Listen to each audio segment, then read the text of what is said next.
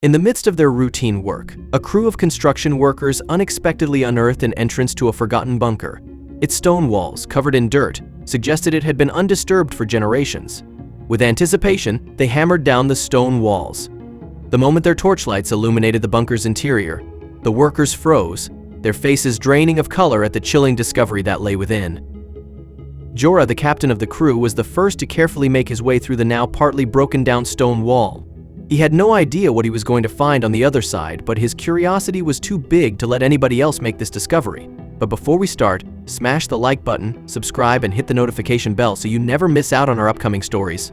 Jorah stood in front of a stone wall that shouldn't have been there, especially in a space that didn't appear on any of the underground maps he had studied. They were supposed to be laying the foundation for a new apartment building, and any issue could lead to costly delays. Yet this strange wall and the room behind it posed a mystery. The room was bigger than he expected, and he couldn't fathom how it had gone unnoticed. It didn't seem like a forgotten basement or panic room. There had never been buildings here before. As he shone his flashlight around, he realized the room was empty. It looked like it had been built by someone with expertise.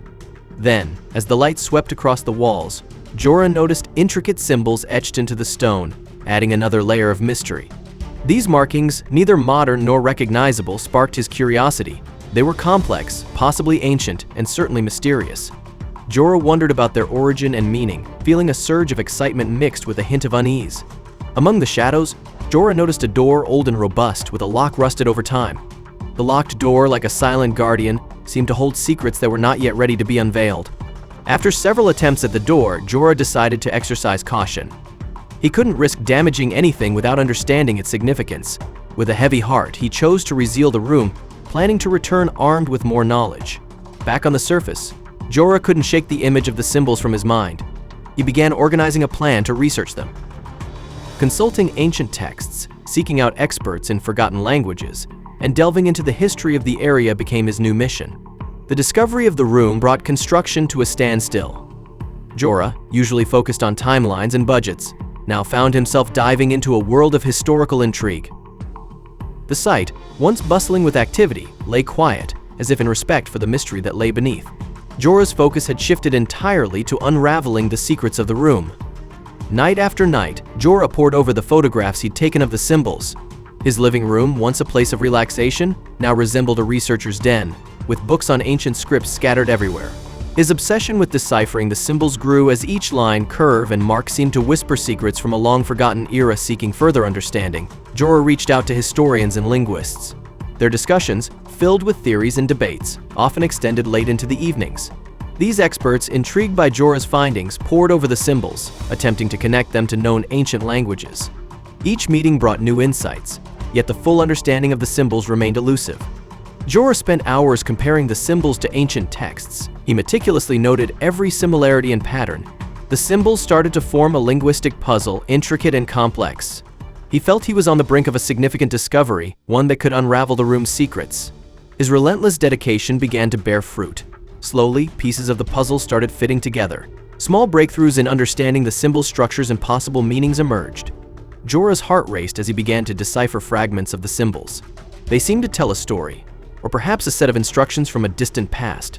The more he uncovered, the closer he felt to a civilization long gone. In a breakthrough moment, Jorah identified the symbols as part of a rare, almost extinct language. The language, only faintly referenced in the most obscure academic texts, presented a unique window into an ancient world. Jorah knew that he had stumbled upon something extraordinary, a linguistic relic untouched by time. Guided by linguistics experts, Jorah began the meticulous process of interpreting the symbols. The more they deciphered, the clearer the narrative became.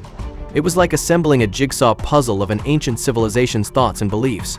As the symbols yielded their secrets, they began to tell a story, or perhaps a set of instructions from an era lost to history. These narratives, steeped in the culture of a forgotten people, painted vivid pictures of their life, their struggles, and their knowledge. Jorah started correlating the symbols with known historical events and places. He mapped out timelines and geographical locations, tracing the possible journeys and interactions of the people who created these symbols. Each correlation brought him closer to understanding not just the language, but the culture and history it represented. Jorah realized that these symbols were more than mere communication. They were a key to unlocking a secret from a time long past. Within the web of symbols, Jorah deciphered references to a key hidden somewhere in the city. The The symbols seemed to speak of its importance, shrouded in mystery and lore. This key, Jorah believed, was not just a physical object, but a pivotal piece in understanding the full story behind the mysterious room and its cryptic symbols. Jorah embarked on a new phase of his journey, mapping out potential locations for the key. He pored over city maps, historical records, trying to align them into a coherent guide. His map became a tapestry of possibilities, each location marked with the anticipation of discovery and the weight of history. Jorah's quest took him through the city's veins, exploring areas he had never known. The cryptic map guided him to forgotten alleys, ancient buildings, and hidden courtyards. Each location held a piece of the city's history, a fragment of the past that whispered secrets and tales to those who would listen. Jorah's journey transformed into an urban treasure hunt. He traversed historical sites and overlooked parts of the city, each step driven by the thrill of the hunt. The city, a familiar landscape, now held an air of mystery and intrigue, revealing its forgotten stories and hidden corners to Jorah's seeking eyes. As he followed the map's trail, Jorah felt the pulsing heartbeat of discovery. Each clue, each deciphered symbol, brought him closer to the elusive key.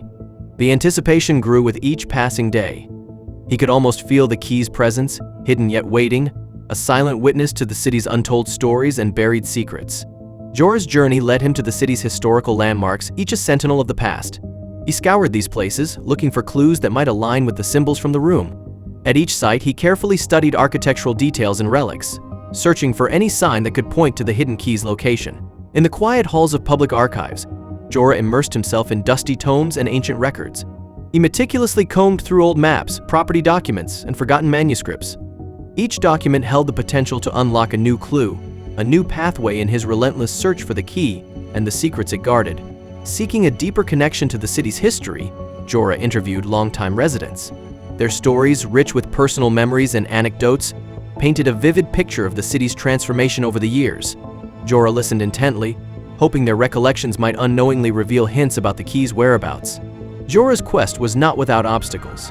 He frequently found himself entangled in bureaucratic red tape, struggling to gain access to certain areas and archives.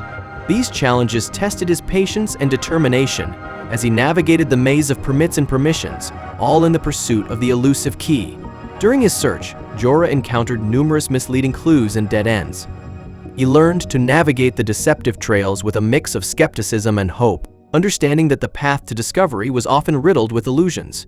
Amidst his research, Jorah stumbled upon a hidden message in the ancient language, cryptic yet compelling. It directed him to an old estate on the outskirts of the city. The estate, once grand now time-worn, whispered secrets of a bygone era.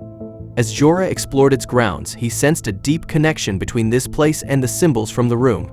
The air of mystery that hung over the estate seemed to beckon him, promising answers that had eluded him thus far. Inside the estate, Jorah discovered an abandoned library, a treasure trove of knowledge. Dust-laden shelves housed rows upon rows of ancient texts, their pages yellowed with age. Each book and scroll offered a potential clue, a piece of the puzzle that had consumed his life. Amongst the old manuscripts, Jorah found references to a millionaire, a figure shrouded in mystery and intrigue. This enigmatic individual seemed to have a connection to the secret room and its symbols. The more Jorah uncovered, the more he realized that this millionaire's past was intricately woven into the fabric of the mystery he sought to solve. Delving deeper, Jorah began to piece together the millionaire's life story. He was a person of immense wealth and an insatiable fascination with ancient cultures. This millionaire had seemingly devoted his life to collecting artifacts and knowledge from bygone civilizations, a pursuit that now appeared to be closely linked to the secret room and its enigmatic symbols. Jorah's investigation into the millionaire's life revealed a figure of great wealth and eccentricity. He learned of the millionaire's vast travels, his endless curiosity, and his penchant for the obscure. This was a man who lived on the fringes of society, driven by a passion for the arcane and the forgotten. In the depths of the library, Jorah discovered a hidden compartment, cleverly concealed behind ancient tomes. As he carefully opened it, a sense of anticipation filled the air. Inside, he found a collection of items and documents, each potentially holding vital clues to the millionaire's connection with the mysterious symbols and the room they protected. The contents of the compartment offered insights into the millionaire's deep obsession with history and preservation. It became clear that he had dedicated his life to safeguarding relics and knowledge from the past. This commitment to preserving history now appeared to be a significant part of the puzzle surrounding the secret room. Amidst the artifacts in the compartment, Jorah's eyes fell upon an ornate antique key. Its design matched the descriptions hinted at in the symbols. He felt a surge of excitement. This key was undoubtedly meant to unlock the mysterious room. Jorah realized he was on the cusp of unlocking not just a physical space but the secrets of a forgotten time. Holding the key, Jorah understood its profound significance. He realized that this key was a bridge to the past, a tangible connection to the mysteries he had been unraveling. Aware of the key's value and the secrets it guarded, Jorah took great care in its safekeeping.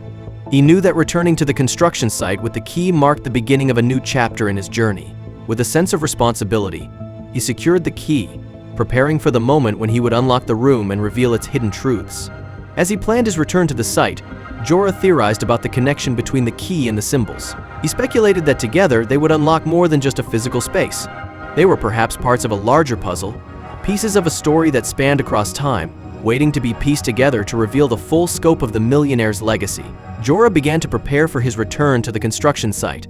He meticulously planned every step, considering the potential implications of what he might discover. This was no longer just a construction project. It was an expedition into history. He gathered his notes, the photographs of the symbols, and the key, ready to unlock the past. As the day of the reveal approached, Jorah felt a whirlwind of emotions. Excitement and apprehension mingled within him. The thought of finally unlocking the room and confronting its secrets brought a thrill of discovery, yet he was also aware of the weight of history resting on his shoulders. As word of Jorah's discovery spread, it captured the public's imagination.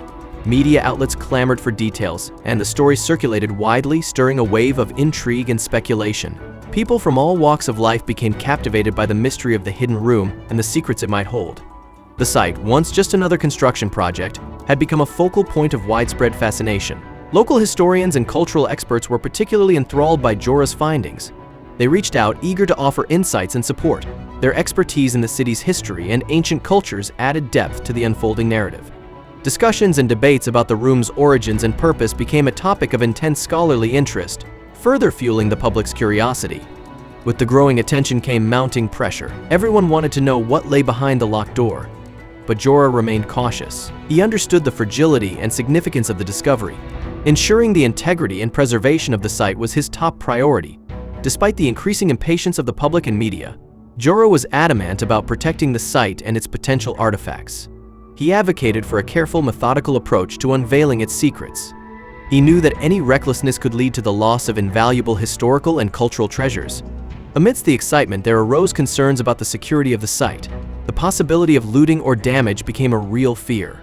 Jorah and his team increased measures to protect the site, aware that its contents could attract not only the curious but also those with less noble intentions. In the days leading up to the reveal, Jorah meticulously planned each step of opening the door. He consulted with preservation experts to ensure that the room's contents, whatever they might be, would be safeguarded against damage. His approach was careful and deliberate, aimed at maintaining the integrity of a discovery that could redefine the city's history. Interest in Jorah's discovery had escalated to the point where documentary crews and news specials began chronicling the story. They speculated about the room's contents, weaving narratives that ranged from hidden treasures to historical artifacts. The public was captivated, eagerly consuming each theory and hypothesis presented in these programs. As the day of the reveal approached, excitement grew, speculation ran rampant, and the site became a hub of activity, attracting those curious and those with a deep interest in history. Finally, the day arrived. Jorah stood before the door, key in hand, surrounded by a crowd of onlookers, historians, and media personnel. With the world watching, Jorah inserted the key into the lock. A hushed silence fell over the crowd as the key turned, and the door creaked open.